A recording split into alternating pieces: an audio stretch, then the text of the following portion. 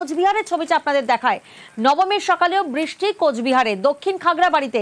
দেখুন সেখানে কিভাবে ভেঙে পড়েছে লাইটের গেট, যার জেরে জাতীয় সড়কে দীর্ঘক্ষণ বন্ধ যান চলাচল।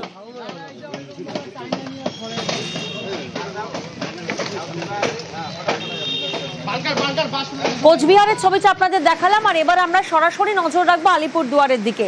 আলিপুরদুয়ার, সেখানেও সকাল থেকেই বৃষ্টি, ছাতা নিয়েই চলছে প্যান্ডেল হপিং। আশঙ্কা ছিলই, আমরা জানি যে বৃষ্টির আশঙ্কা ছিল, বৃষ্টির পূর্বাভাস ছিল, এবং সেই পূর্বাভাস মেনে সকাল থেকেই কিন্তু বিভিন্ন জেলায় বৃষ্টি হচ্ছে, যার জেরে ছাতা নিয়েই প্যান্ডেলে যেতে হচ্ছে বাঙালিদের।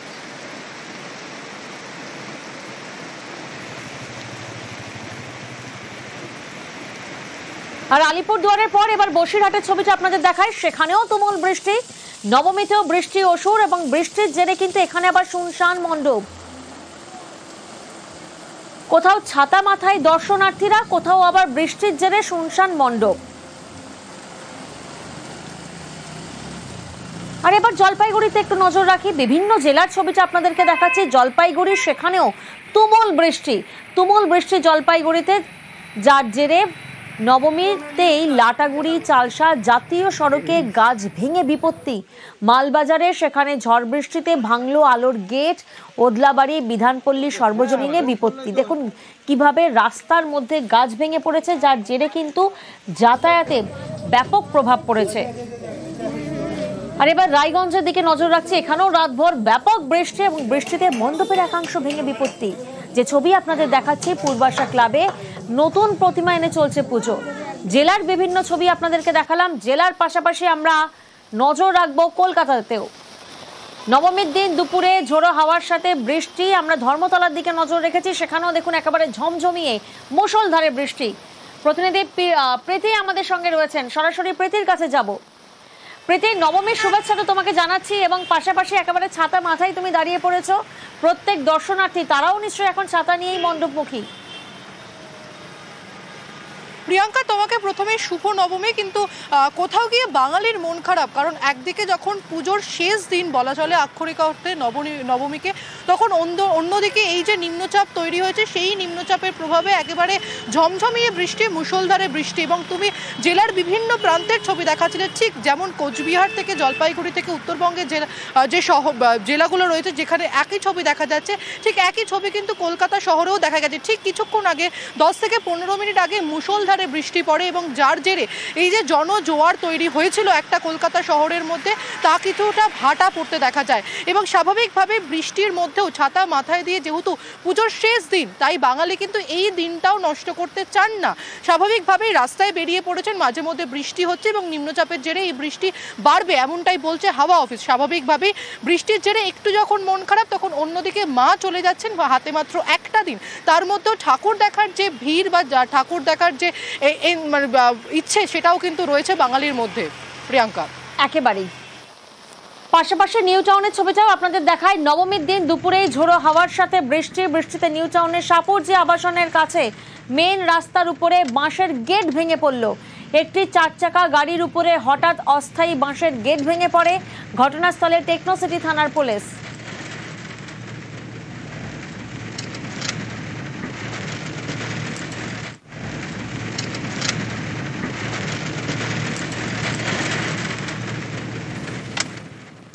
আর নজর রাখবো এবার জলপাইগুড়ির দিকে। জলপাইগুড়ির মালবাজারে ফের হরপা বান। নবমীর দুপুরে মাল নদীতে হরপা বান। মাল নদীর বিসর্জন ঘাটে কাজ করছিলেন মালবাজার পুরসভার কর্মীরা। ঠিক সেই সময় নদীতে হরপা বান। আমাদের মনে আছে ঠিক 2022 সালে কিভাবে দশমীর রাতে মাল নদীর হরপা বান আচমকায়, সেখানে মৃত্যু হয় 8 জনের। সেই আতঙ্ক এখনো রয়েছে, এবং সেই আতঙ্কের পাশাপাশি দেখুন 2022 সালে সেই ছবি এই মুহূর্তে আপনাদেরকে দেখাচ্ছি, যখন দশমীর রাতে মাল নদীতে আচমকায় হরপা বান আসে, সেই সময় মৃত্যু হয় 8 জনের। 2022 সালের ঘটনা, সেই ছবি আপনাদের দেখাচ্ছি। এবং আজ আরও একবার হরপা বান মালবাজারে আচমকাল। জলপাইগুড়ির মালবাজারে ফের হরপা বান। নবমীর দুপুরে মাল নদীতে হরপা বান আচমকায়, এবং সেই সময় নদীর বিসর্জন ঘাটে কাজ করছিলেন মালবাজার পুরসভার কর্মীরা।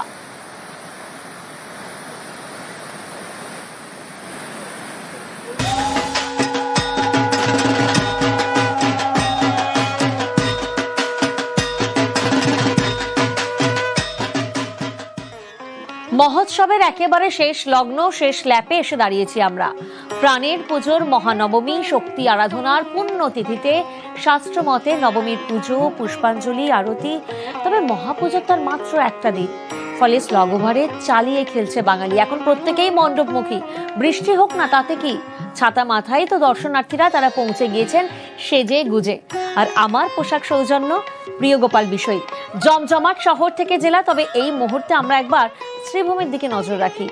সরাসরি শ্রীভূমির ছবিটা আপনাদেরকে দেখাচ্ছি। শ্রীভূমি অর্থাৎ মহালয়ার দিন থেকেই আমরা দেখেছি উপচে পড়া ভিড়। সেই শ্রীভূমিতে নবমীর ঠিক বিকেল গড়িয়ে যখন সন্ধে হবে, ঠিক তার প্রাক মুহূর্তে ছবিটা কেমন। সান্নিক প্রতিনিধি আমাদের সঙ্গে রয়েছেন, সরাসরি সান্নিকের কাছে যাব। সান্নিক, আরো একবার তোমাকে আমি নবমীর শুভেচ্ছা জানাবো। এবং তুমি দুপুর থেকে আমাদের যে ছবিটা তুলে ধরছিলে, অর্থাৎ একেবারে ছাতা মাথায়, তখন রোদকে উপেক্ষা করে প্রত্যেকে পৌঁছে যাচ্ছিলেন। আর এখন তো একটা বেশ কিছু জায়গায় বৃষ্টিও হচ্ছে, এখানকার ঠিক কি ভিড়ের ছবি দেখছো?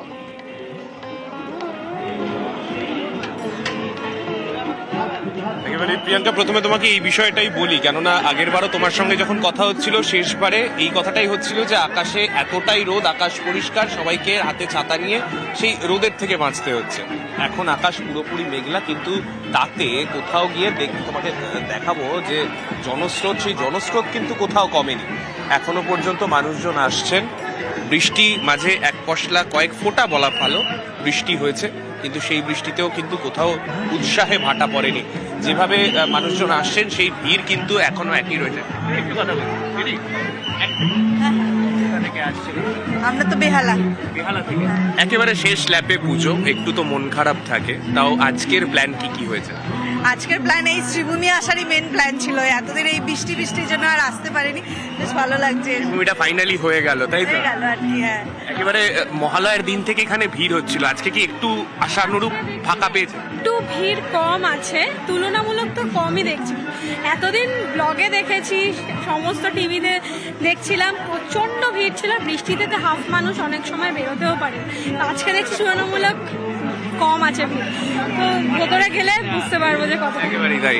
আজকে প্রত্যেকেরই নবমীর শেষ বেলায় যতটা পারা যায় পুজোর আনন্দটাকে উপভোগ করে নেওয়া।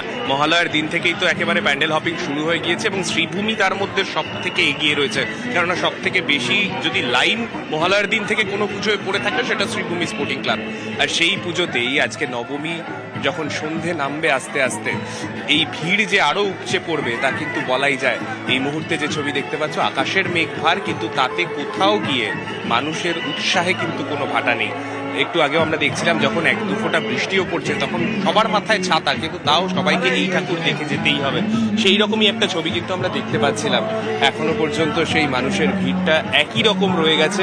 ঘন্টার যত এগোচ্ছে, নবমীর রাত যত নামছে, একেবারে মন খারাপ নিয়ে কিন্তু দর্শনার্থীরা তারা প্যান্ডেলে পৌঁছে যাচ্ছেন, এবং শেষ মুহূর্তের সেই আমেজ ক্যামেরা বন্দি করতে চাইছেন প্রত্যেকেই। আর এবার সরাসরি আমরা চলে যাব বাংলাদেশ লাগোয়া সীমান্তের পুজো, হিলি বিপ্লবী সংঘের ঐতিহ্যবাহী এই পুজো। প্রতি বছর বহু মানুষ ভিড় করেন তাদের এই পুজো দেখতে। আর এবছর তাদের থিম থাইল্যান্ডের একটি বুদ্ধ মন্দির। অনুপ প্রতিনিধি আমাদের সঙ্গে রয়েছেন, সরাসরি অনুপের কাছে যাব। অনুপ, নবমীর শুভেচ্ছা জানাই তোমাকে, এবং অপরূপ এক থিম এখানে, থাইল্যান্ডের একটি বুদ্ধ মন্দির। তবে অন্য বিষয়ের দিকে একটু নজর রাখি, কারণ বিভিন্ন জেলায় ইতিমধ্যেই বৃষ্টি শুরু হয়ে গেছে, কলকাতাতেও বৃষ্টি হচ্ছে। এখানকার ওয়েদারটা ঠিক কেমন এখন?